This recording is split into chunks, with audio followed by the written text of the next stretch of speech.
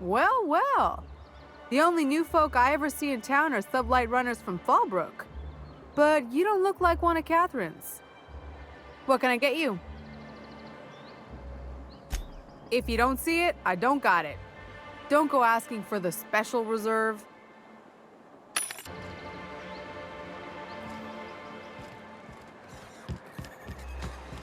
Please, will someone help me? My boy's in trouble. Oh, thank you for stopping. Everyone acts like nothing's wrong, like my little boy isn't at risk of being eaten by some vile creature. Please, you have to help me get my little Tucker back. He ran away and is going to get himself killed. Oh, I just know a raptidon is melting him with acid as we speak. It's more dissolving than melting. That is not helpful. Don't you tell me to calm down. I promised my boy I'd protect him for always. But how can I keep him safe if he's run away? He ran out into the wilderness a few days ago. I warned him about the raptidons, mantisaurs, and marauders, the toxic sulfur pools, and poisonous plants, but he didn't listen. Please, won't you go and find my boy?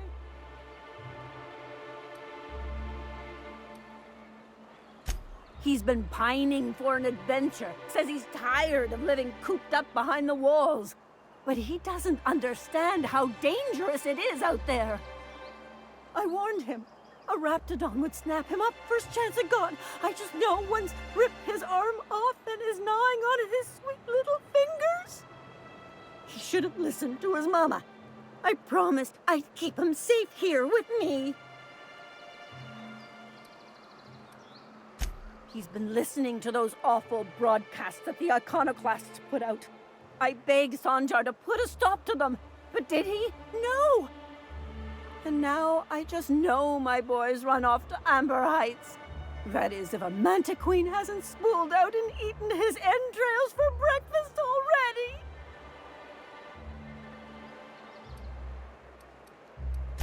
Those low-life degenerates, leading innocent boys into a life of danger. Oh, they make it sound so exciting, like it's noble to risk it all out there, fighting for the greater good. How noble is it to worry your loved ones? Not at all, I say. But still they preach their sermons of anarchy and rebellion to anyone who listened.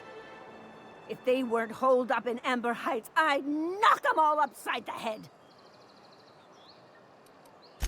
That old settlement, southwest of Stellar Bay. I don't know which is worse, the thought of my son shacking up with them nutty iconoclasts. Or that he never made it. Sprats could be nesting in his rotting body alongside the road as we speak. Or maybe marauders got him, pulled all his teeth out, crushed him into their drugs and made him snort them. Oh, the things that could happen to my sweet baby. Well, I guess I can't ask you to leave the town walls for free. It is deathly dangerous out there. I've got some bits saved up for a rainy day. I'll give you every last one if you just bring my Tucker back to me. I won't even be mad at him running off. You tell him I won't be mad. Thank you. Oh, I know he'll be safe now that someone's able to fetch him home. You look for him in Amber Heights, you hear? It's down the road southwest of town. I'm sure he made it that far. I just know it. And if you find any of them iconoclasts indoctrinating my boy, you punch them in the mouths. Tell them what I think of them luring little boys away from their mamas. It's immoral.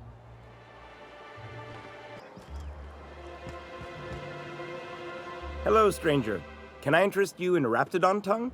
Or maybe some canid toenails? You look like a woman who's looking for some mostly fresh animal parts. I don't know. Celia usually buys whatever I have, and Mr. Pickett seemed real interested. So I thought maybe I was onto something.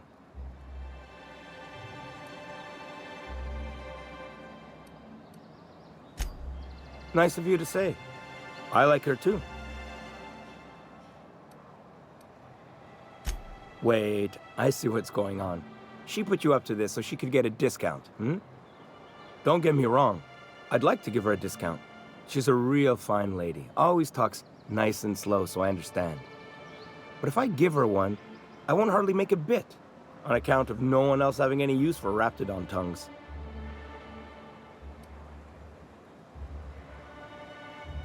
You sound pretty sure. And she is awful nice. Okay, I'll do it. Once her shift ends, we'll go someplace nice. Maybe to Chef Raymond's.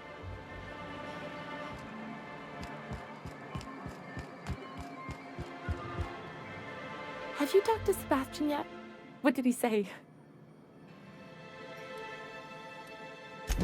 Okay, but how did he say it? Did he sound excited? Or like he was just agreeing to it?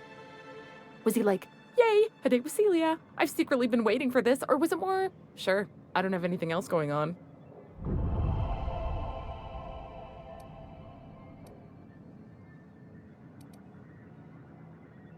Not to worry. If I never buy another Raptidon tongue, it'll be too soon. Ah, look at me going on. I'm sure you've got other things to do, and Mr. Nandi's giving me that back-to-work look. Anyhow, thank you.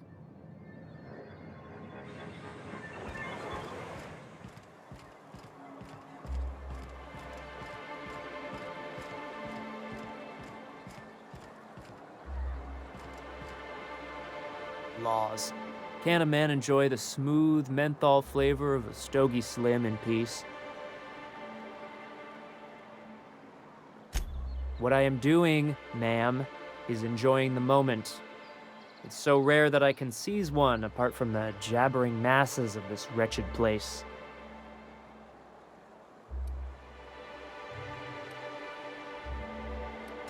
And how should they know what they're missing? I recall when Stellar Bay was a proper board-affiliated town with regular shipments of Auntie Cleo's best and all the cereals. Before Sanjar took over MSI and got us all booted. Days of consumption and culture. When we weren't squabbling with the iconoclasts for lack of better things to do. Look, you're making me melancholy. Is there something you wanted?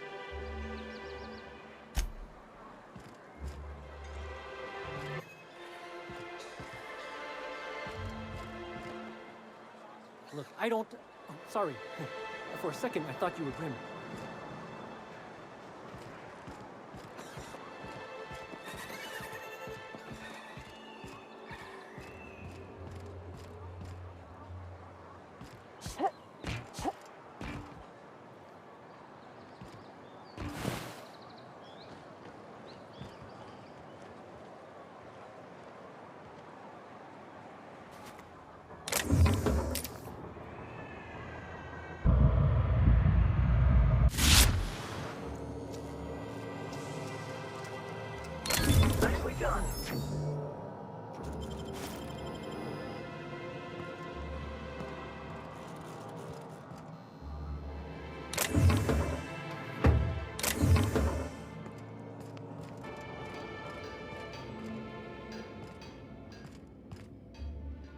Look, you can tell Catherine the new shipment will be ready when it's ready, all right? She's welcome to come up here and pack boxes herself if she's in such a hurry.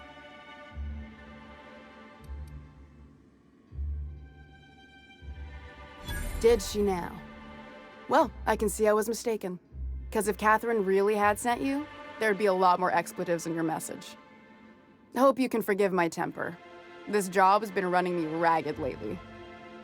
First, my autoloader foreman stages a walkout, and now my chief pescatological health manager is missing.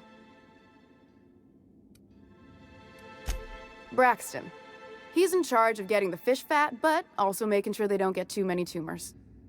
He's a real wizard with pharmaceuticals, but he has creative notions of working hours. Comes with living in a free colony, I guess.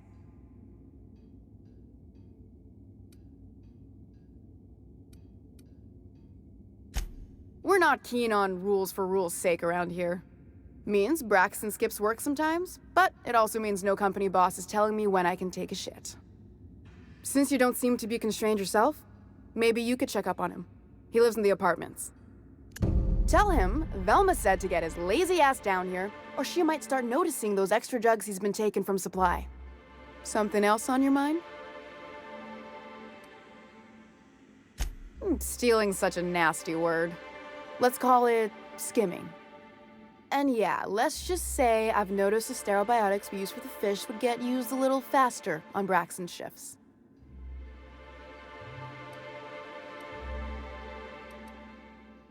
We're not like those corporate towns where you get fined for sleeping on the wrong side of the bed. Besides, the Spacer's Choice stuff we use is cheap enough. And Braxton knows how to get the salt tuna, fat and mostly tumor-free. Sublight boss out of Fallbrook. Handles most goods that come in or out of Stellar Bay. Has a mouth like a Ground 6 spacer.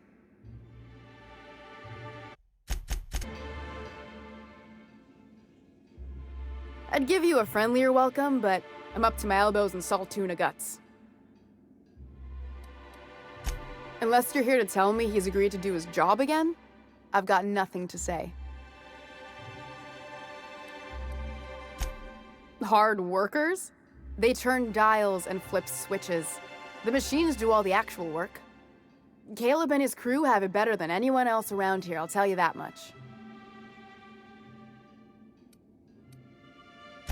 I don't have the bits for it, plain and simple. Besides, if I make an exception for him, I gotta do the same for everyone. She's principled, in at least this area. I will begrudgingly give her that. Thank you. I think. If Caleb wants to keep this job, he'd better get back to it. I'm about ready to hire sublight contractors at this rate. You know, I hadn't thought of it that way. Last thing I need is Catherine mailing even farther up my ass than she already is. Fine. Tell Caleb he and his team can have their raise, but I need them back here immediately. Something else on your mind?